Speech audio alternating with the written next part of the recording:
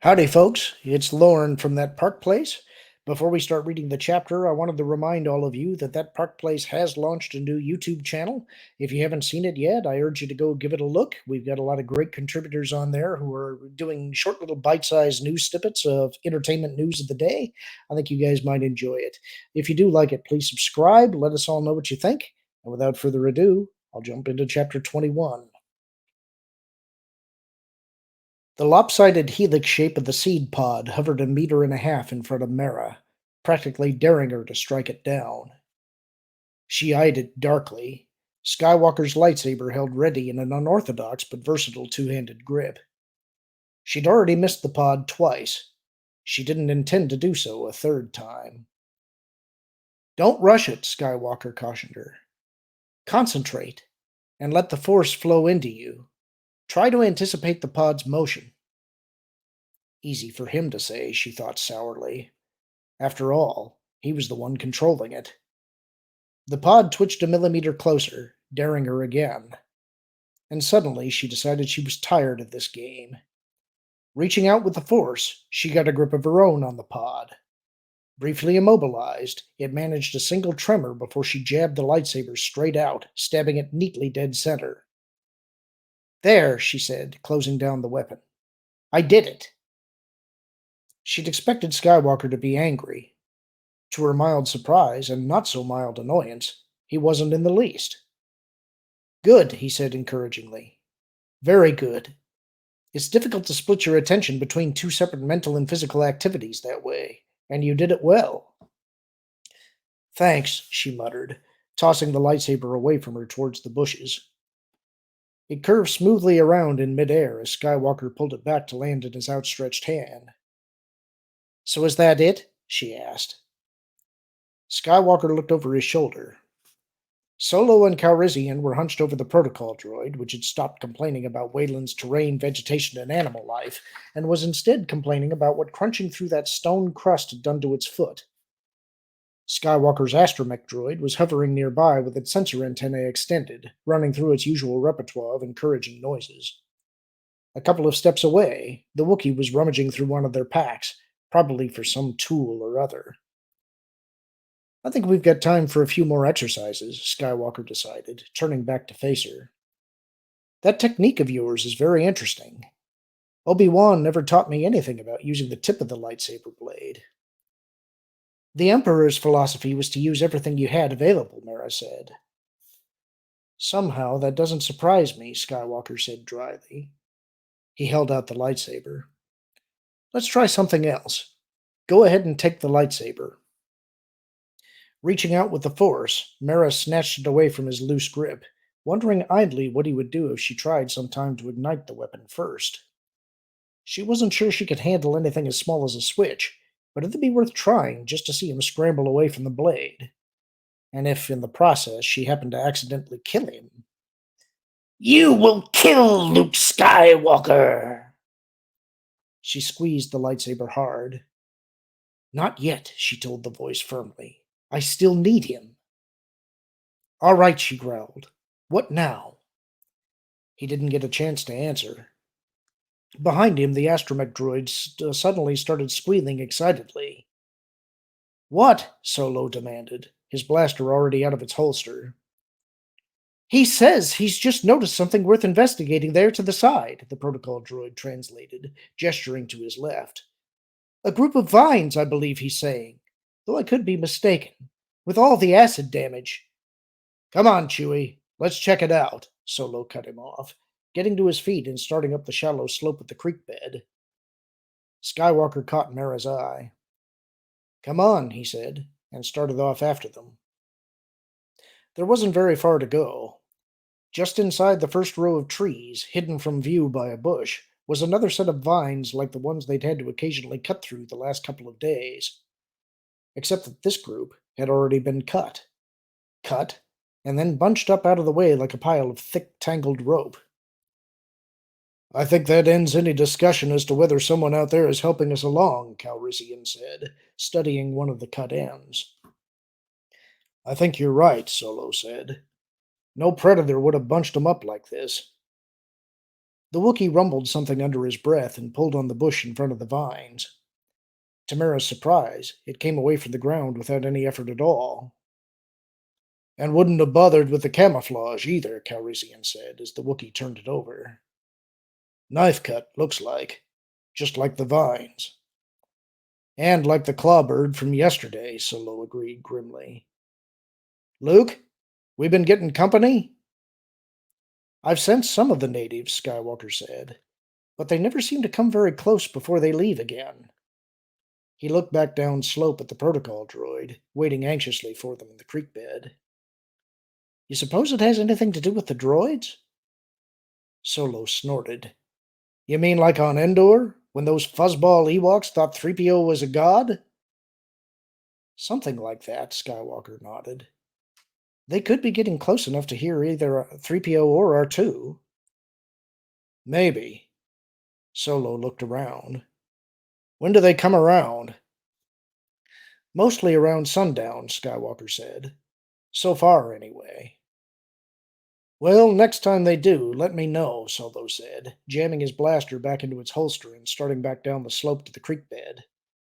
It's about time we all had a little chat together. Come on, let's get moving. The darkness was growing thicker, and the camp nearly put together for the night when the wisps of sensation came.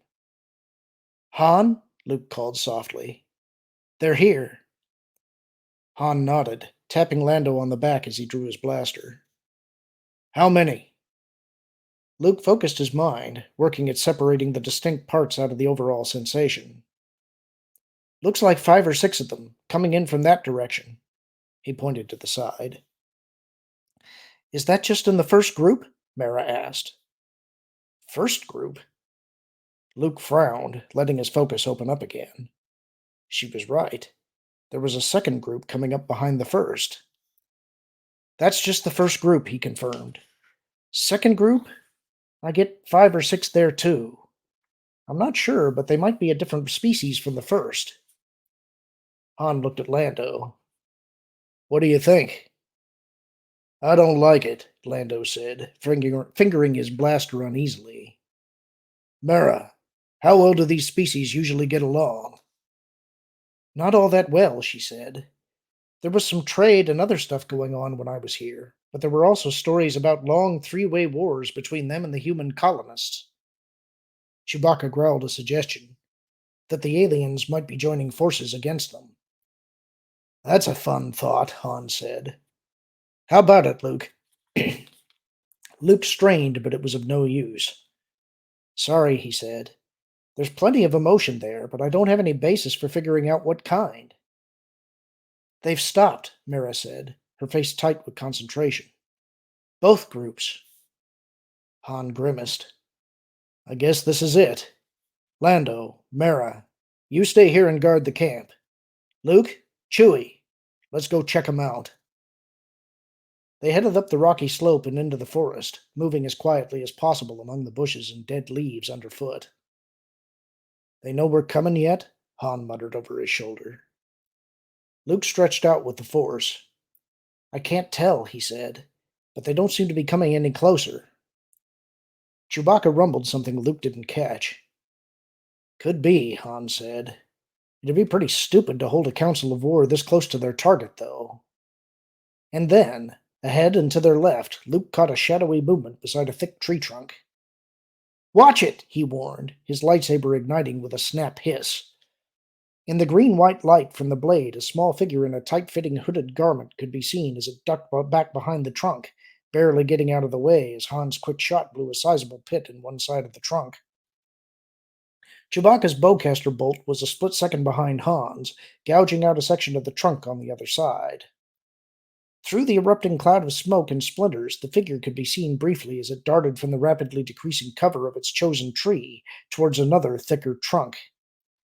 Even as Han swung his blaster to track it, a strange warbling split the air, sounding like a dozen alien birds. And with a roar that was part recognition, part understanding, and part relief, Chewbacca swung the end of his bowcaster into Han's blaster, sending the shot wide of its intended target. Chewie! Han barked. No, he's right, Luke cut him off. Suddenly it had all come together for him, too. You! Stop! The order was unnecessary. The shadowy figure had already come to a halt, standing unprotected in the open, its hooded face shaded from the faint light of Luke's lightsaber. Luke took a step towards it. "I'm Luke Skywalker," he said formally, "brother of Leia Organa Solo, son of the Lord Darth Vader. Who are you?" "I am Iquikor Clan Bactor," the gravelly Nogri voice replied. "I greet you, son of Vader." The clearing Iquikor led them to was close, only at 20 meters or so further along the vector Luke had started them on in the first place. The aliens were there, all right. 2 different types, 5 of each, standing on the far side of a thick fallen tree trunk. On the near side stood 2 more Nogri in those camouflaged outfits of theirs, with the hoods thrown back. Propped up on the log between the 2 sides was some sort of compact work light, giving off just enough of a glow for Han to pick out the details of the nearest aliens. It wasn't very encouraging. The group on the right were a head taller than the Nogri facing them, and maybe a head shorter than Han. Covered with lumpy plates, they looked more like walking rock piles than anything else. The group on the left were nearly as tall as Chewbacca, with 4 arms each and a shiny bluish crystal skin that reminded Han of the brownish thing they'd had to shoot off 3PO their first day here.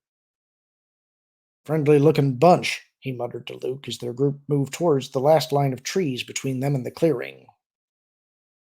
"They are the Mirinishi and the Saidans," Ikrikor said. "They have been seeking to confront you." "And you've been driving them off?" Luke asked. "They sought to confront," the Nogri repeated. "We could not permit that." They stopped just inside the clearing. A rustle ran through the aliens, one that didn't sound all that friendly. "I get the feeling we aren't all that welcome," Han said. "Luke?" Beside him, he felt Luke shake his head. "I still can't read anything solid," he said. "What's this all about, Akrikor?" "They have indicated they wish a conversation with us," the Nogri said. "Perhaps to decide whether they will seek to give us battle." Han gave the aliens a quick once-over. They all seemed to be wearing knives, and there were a couple of bows in evidence, but he didn't see anything more advanced. "They better hope they brought an army with them," he said. "We don't want to fight at all if we can avoid it," Luke reproved him mildly. "How are you going to communicate with them?" "One of them learned a little of the Empire's basic when the storehouse was being built beneath the mountain," Ikrikor said, pointing to the Miranish standing closest to the worklight. "He will attempt to translate." "We might be able to do a little better." Luke raised his eyebrows at Han. "What do you think?" "It's worth a try," Han agreed, pulling out his comlink. It was about time 3PO earned his keep anyway. "Lando?" "Right here," Lando's voice came back instantly. "You find the aliens?" "Yeah, we found 'em," Han said. "Plus a surprise or two. Have Mara bring 3PO here. If she heads out the way we went, she'll run right into us." "Got it," Lando said. "What about me?" "I don't think this bunch will give us any trouble," Han said, giving the aliens another once-over. "You and R2 might as well stay there and keep an eye on the camp. Oh, and if you see some short guys with camouflage suits and lots of teeth, don't shoot. They're on our side." "I'm glad," Lando said dryly. "I think. Anything else?" Han looked at the groups of shadowy aliens, all of them staring straight back at him. "Yeah, cross your fingers. We might be about to pick up some allies, or else a whole lot of trouble down the road." "Right. Mara and 3PO are on their way. Good luck." "Thanks." Shutting off the comlink, Han returned it to his belt. "They're coming," he told Luke. "There is no need for them to guard your camp," Akrikor said. "The Nogri will protect it." "That's okay," Han said. "It's getting crowded enough here as it is." He eyed Akrikor. "So I was right. We were followed in." "Yes," Akrikor said, bowing his head. "And for that deception I beg your forgiveness, consorts of the Lady Vader. I and others did not feel it entirely honorable, But Cacmane Clan Eichmere wished our presence to be kept hidden from you. Why? Ekrikor bowed again. Cacmane Clan Eichmere felt hostility from you in the Lady Vader's suite, he said. He believed you would not willingly accept a guard of Nogri to accompany you. Han looked at Luke, caught the kid's halfway try at hiding a grin. Well, next time you see Catmaim, you tell him that I stopped passing up free help years ago, he told Akrikor. But as long as we're discussing hostility, you can knock off that consort of the Lady Vader stuff. Call me Han, or Solo, or Captain, or practically anything else. Han Clan Solo, maybe, Luke murmured. Akrikor brightened. That is good, he said. We beg your forgiveness, Han Clan Solo. Han looked at Luke. I think you've been adopted, Luke said, fighting that grin again. Yeah, Han said. Thanks. A lot. A little rapport never hurts, Luke pointed out. Remember Endor. I'm not likely to forget, Han growled, feeling his lip twist. Sure, the little fuzzballs there had done their bit in that final battle against the second Death Star. That didn't change the fact that being made part of an Ewok tribe was one of the more ridiculous things he'd ever had to go through. Still, the Ewoks had overwhelmed the Imperial troops by sheer weight of numbers. The Nogri, on the other hand. How many of you are there here? He asked Akrikor. There are 8, the other replied. 2 each have traveled before, after, and on either side of you during your journey. Han nodded, feeling a grudging trickle of unwilling respect for those things. 8 of them, silently killing or driving away predators and natives, day and night both, and still finding time on top of it to clear their path of nuisances like clawbirds and vine snakes. He looked down at Akrikor. No, the adoption process didn't feel quite so ridiculous this time around. From somewhere behind them came a familiar shuffling sound. Han turned, and a moment later the equally familiar golden figure of 3PO traipsed into view. Beside him, and a half-step behind, was Mara, blaster in hand. Master Luke, 3PO called, his voice its usual mixture of relieved and anxious and just plain prissy. Over here, 3PO, Luke called back. Think you can do some translation for us? I'll do my best, the droid said. As you know, I am fluent in over 6 million forms of communicate. I see you found the natives, Mira cut him off, giving the group by the log a quick survey as she and 3PO stepped into the clearing. Her eyes fell on Akrikor. And a little surprised, too, she added, her blaster quietly shifting its aim towards the Nogri. It's all right. He's a friend, Luke assured her, reaching towards her blaster. I don't think so, Mira said, twitching the weapon to the side out of his reach. They're Nogri. They work for Thrawn. We serve him no longer, Akrikor told her. That's true, Mira. They don't, Luke said. Maybe, Mira said. She still wasn't happy about it, but at least her blaster wasn't pointed exactly at Akrikor anymore. Across the clearing, the Miranesh nearest the log pulled what seemed to be a bleached white stuffed clawbird from a shoulder pouch. Speaking inaudibly under his breath, he laid it in front of him beside the work light. What's that? Han asked. Lunch? It is called the Satna Chaka, Ikrikor said. It is a bond of peace while this meeting lasts. They are ready to begin. You, 3PO droid, come with me. Of course, 3PO said, not sounding exactly thrilled by the whole arrangement. Master Luke? I'll come with you, Luke soothed. Han, Chewie, you stay here. No argument from me, Han said. With a clearly reluctant 3PO in tow, Luke and the Nogri headed towards the log. The head Marinish raised its upper 2 hands over his head, palm inward. By Desi Chara, he said, his voice surprisingly melodious. Learo Bakara, Daknu Fari. He announces the arrival of the strangers, 3PO said precisely. Presumably that refers to us. He fears, however, that we will bring danger and trouble again to his people.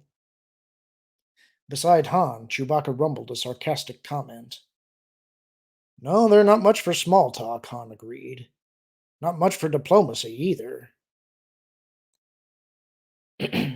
We bring hope to your people, the Chief Nogri countered. If you let us pass, we will free you from the domination of the Empire. 3PO translated, the melodious Marinishi words still coming out prissy in Han's opinion. One of the lumpy Saiyans made a chopping gesture and said something that sounded like a faint and distant scream with consonants scattered around in it. He says that the Saiyan people have long memories, 3PO translated. Apparently, deliverers have come before, but nothing has ever changed. Welcome to the real world, Han muttered. Luke threw a look at him over his shoulder. Ask him to explain, 3PO, he told the droid. 3PO complied, quiet screaming back at the Saiyan and then throwing in a Marinishi translation too, just to show he could do it. The Saiyan's answer went on for several minutes, and Han's ears were starting to hurt by the time that he was done. Well, 3PO said, tilting his head and settling into the professor mode Han had always hated. There are many details, but I will pass those by for now, he added hastily, probably at a look from one of the Nogri. The humans who came as colonists were the first invaders. They drove the native peoples from some of their lands and were stopped only when their lightning bows and metal birds, those are their terms, of course, began to fail. Much later came the Empire, who, as we know, built into the Forbidden Mountain. They enslaved many of the native peoples to help on the project and drove others from their lands. After the builders left came someone who called himself the Guardian, and he too sought control over the native peoples. Finally, the one who called himself the Jedi Master came, and in a battle that lit up the sky, he defeated the Guardian. For a time, the native peoples thought they might be freed, but the Jedi Master brought humans and native peoples to himself and forced them to live together beneath the shadow of the Forbidden Mountain. Finally, the Empire has returned. 3PO tilted his head back again. As you can see, Master Luke, we are merely the last in a long line of invaders. Except that we're not invaders, Luke said. We're here to free them from the rule of the Empire.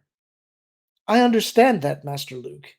I know you do, Luke interrupted the droid. Tell them that. Oh, yes, of course. He started into his translation. You ask me, I don't think they've had it all that bad, Han muttered to Chewbacca. The Empire took whole planets away from some people. Primitives always have this reaction to visitors, Mara said. They usually have long memories, too. Yeah, maybe. You suppose that Jedi Master they were talking about was your pal Sabayoth? Who else? Mara said grimly. This must be where Thrawn found him. Han felt his stomach tighten. You think he's here now? I don't sense anything, Mara said slowly. Doesn't mean he can't come back. The head minorish was talking again. Han let his gaze drift around the clearing. Were there other Marinishi and Saiyans out there keeping an eye on the big debate? Luke hadn't said anything about backups, but they'd have to be crazy not to have some somewhere nearby. Unless Akrikor's pals had already taken care of them. If this didn't work, it could turn out to be handy having the Nogri around. The Marinish finished its speech. I'm sorry, Master Luke, 3PO apologized. They say they have no reason to assume we are any different than all those that you have already spoken of. I understand their fears, Luke nodded. Ask them how we can prove our good intentions.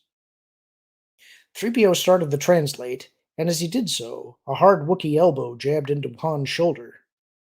What? Han asked. Chewbacca nodded towards his left, his bowcaster already up and tracking. Han followed the movement with his eyes. Uh-oh. What is it? Mara demanded. Han opened his mouth. Then, suddenly, there wasn't time to tell her. The wiry predator Chewbacca had spotted slinking through the tree branches had stopped slinking and was coiling itself to spring at the discussion group.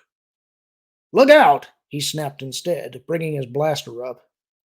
Chewbacca was faster. With a Wookiee hunter's roar, he fired, the bowcaster bolt slicing the predator nearly in half.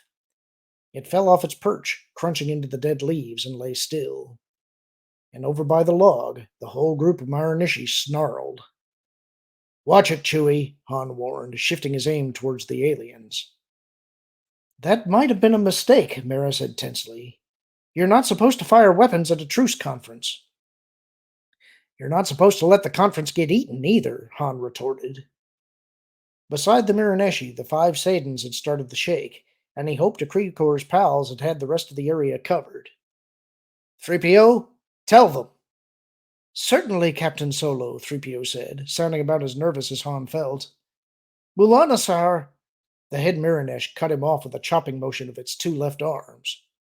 You, he warbled in passable basic, jabbing all 4 hands at Han. He have lightning bow? Han frowned at him. Of course Chewbacca had a weapon. So did all the rest of them. He glanced up at the Wookiee, and suddenly he understood. Yes, he has, he told the Miranesh, lowering his blaster. He's our friend. We don't keep slaves like the Empire did.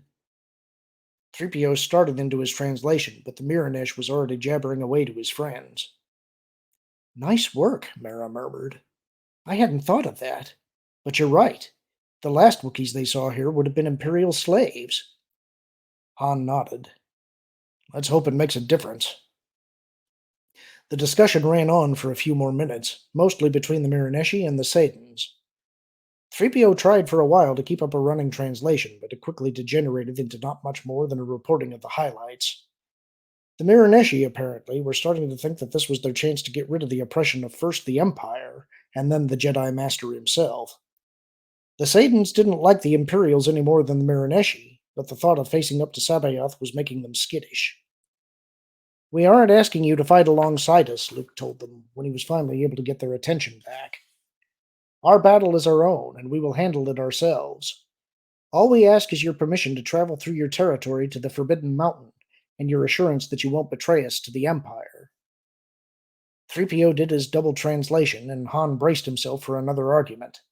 But there wasn't one. The head Miranesh raised his upper hands again, and with his lower hands picked up the bleached clawbird and offered it to Luke. I believe he is offering you safe conduct, Master Luke, 3PO said helpfully. Though I could be wrong. Their dialect has survived relatively intact, but gestures and movements are often... Tell him thank you, Luke said, nodding as he accepted the clawbird. Tell him we accept their hospitality, and that they won't be sorry they helped us. General Cavell, the militarily precise voice came over the intercom from the shuttle cockpit. We should be on the surface in just a few more minutes. Acknowledged, Cavell said. He keyed the intercom off and turned to the shuttle's only other passenger. We're almost there, he said. Yes, I heard, Sabayoth said, his amusement echoing through his voice, and through Cavell's mind. Tell me, General Cavell, are we at the end of our voyage, or at the beginning? The beginning, of course, Cavell told him. The voyage we have set upon will have no end. And what of Grand Admiral Thrawn? Cavell felt a frown crease his forehead. He hadn't heard this question before, at least not said this particular way. But even as he hesitated, the answer came soothingly into his thoughts, as all answers did now. It's the beginning of Grand Admiral Thrawn's ending, he said. Sabayoth laughed softly, the amusement rippling pleasantly through Cavell's mind. Cavell thought about asking what was funny, but it was easier and far more agreeable to just sit back and enjoy the laughter. And anyway, he knew perfectly well what it was that was funny. You do, don't you? Sabayoth agreed, shaking his head. Ah, General. It's so very ironic, isn't it? From the very beginning, from that very first meeting in my city, Grand Admiral Thrawn has had the answer within his grasp, and yet even now he is as far from understanding as he was then. Is it about power, Master Sabayoth? Cavell asked. This was a familiar topic, and even without the prompting in his mind, he would have remembered his lines. It is indeed, General Cavell, Sabayoth said gravely. I told him at the very beginning that true power didn't lie in the conquering of distant worlds, or in battles and war and the crushing of faceless rebellions. He smiled, his eyes glittering brightly in Cavell's mind. No, General Cavell, he said softly. This, this is true power. Holding another's life in the palm of your hand, having the power to choose his path and his thoughts and his feelings, to rule his life and decree his death. Slowly, theatrically, Sabaoth held out his hand, palm upward. To command his soul. Something not even the Emperor ever understood, Cavell reminded him. Another ripple of pleasure rolled through Cavell's mind. It was so satisfying to see the master enjoying his game. Not even the Emperor, Sabaoth agreed, his eyes and thoughts drifting far away. He, like the Grand Admiral, saw power only as how far outside himself he could reach, and it destroyed him, as I could have told him it would.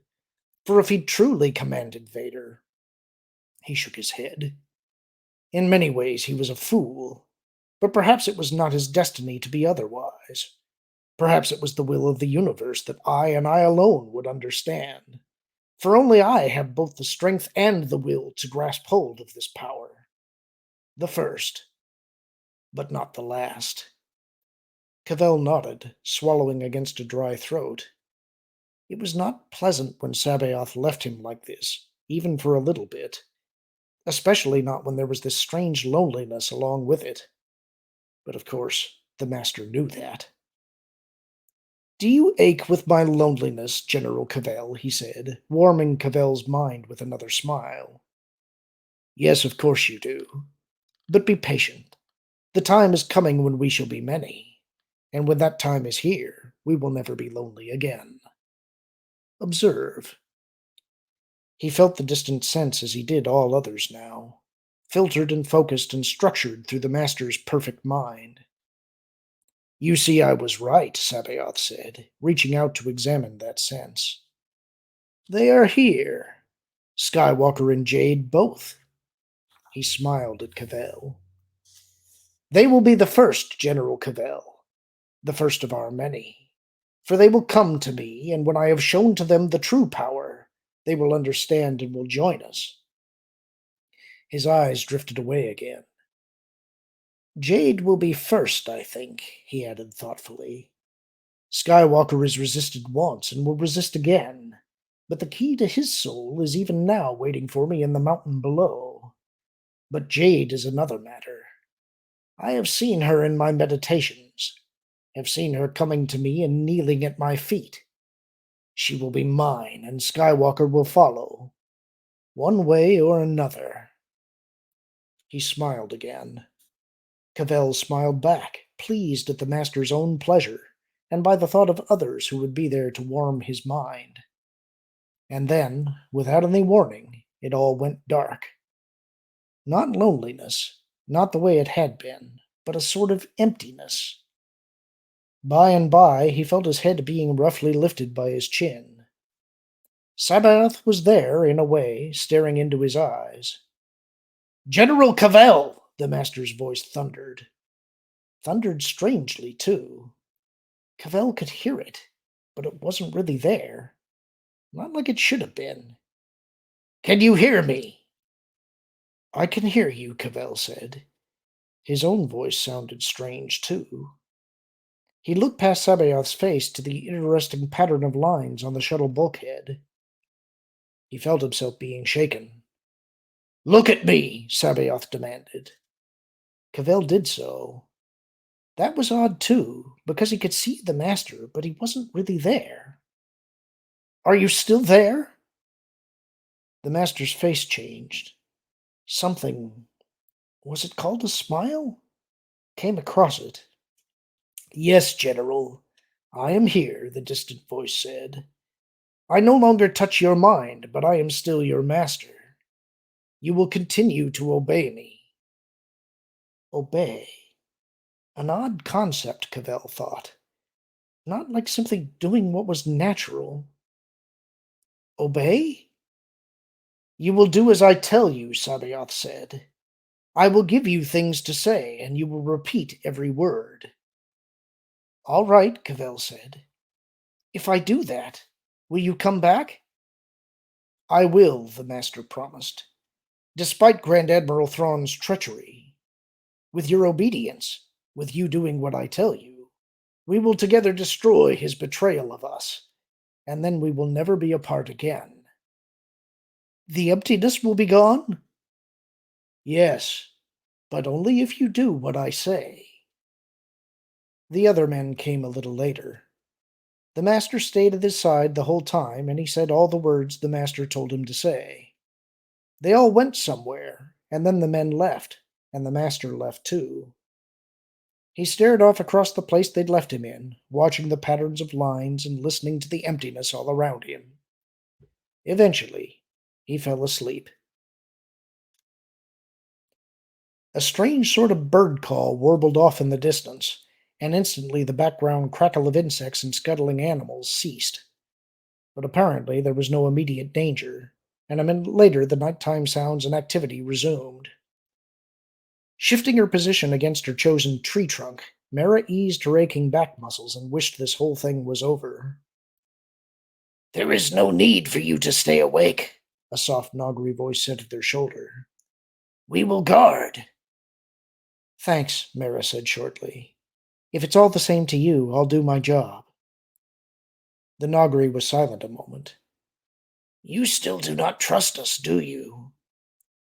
Actually, she hadn't thought all that much about it, one way or the other. Skywalker trusts you, she said.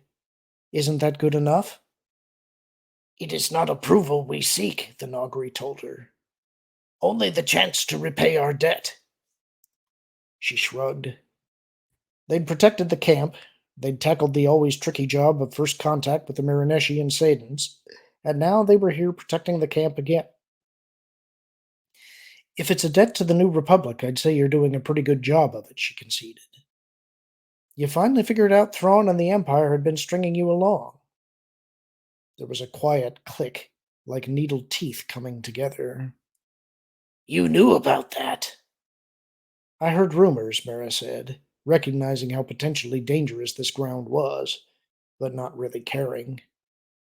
More like jokes, really. I never knew how much of it was true. Most likely all of it, the Nogri said calmly. Yes, I could see how our lives and deaths could be amusing to our enslavers. We will convince them otherwise. No white-hot rage, no fanatical hatred, just a simple, icy determination, about as dangerous as you could get. How are you going to do that? She asked. When the time is right, the Nogri will turn upon their enslavers, some on Imperial worlds, some on transporting ships, and 5 groups will come here. Mara frowned. You knew about Wayland? Not until you led us here, the other said. But we know now. We have sent the location to those waiting at Coruscant. By now they will have passed the word on to others. Mara snorted quietly. You have a lot of confidence in us, don't you?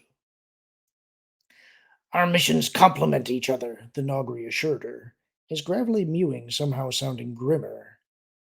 You have set for yourselves the task of destroying the cloning facility. With the help of the son of Vader, we do not doubt that you will succeed. For ourselves, the Nogri have chosen the task of eliminating every last reminder of the Emperor's presence on Wayland. Probably the last relics of the Emperor's presence anywhere. Mara turned that idea over in her mind, wondering why it didn't seem to grieve or anger her. Probably she was just tired. Sounds like a big project, she said instead. Who is the son of Vader you're expecting to show up and help us? There was a brief silence. The son of Vader is already with you, the Nogri said, sounding puzzled. You serve him, as do we. Mara stared at him through the darkness, and suddenly her heart seemed to freeze in her chest. You mean Skywalker? You did not know? Mira turned away from him, staring down at the sleeping form no more than a meter away from her feet, a horrible numbness flooding through her. Suddenly, finally, after all these years, the last elusive piece had fallen into place. The Emperor didn't want her to kill Skywalker for his own sake. It was instead one final act of vengeance against his father. "You will kill Luke Skywalker!" And in the space of a few heartbeats, everything Mara had believed about herself, her hatred, her mission, her entire life, had turned from certainty to confusion. "You will kill Luke Skywalker! You will kill Luke Skywalker! You will kill Luke Skywalker!" "No," she muttered at the voice through clenched teeth. "Not like that. My decisions. My reasons." But the voice continued unabated.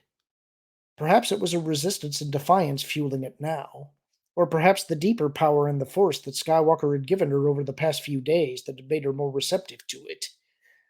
"You will kill Luke Skywalker! You will kill Luke Skywalker!" "But you are another matter, Mara Jade." Mara jerked, the sudden motion banging the back of her head against the tree trunk behind her. Another voice, but this one wasn't coming from inside her. It was coming from... "I have seen you in my meditations," the voice continued placidly. Have seen you coming to me and kneeling at my feet. You will be mine, and Skywalker will follow, one way or another."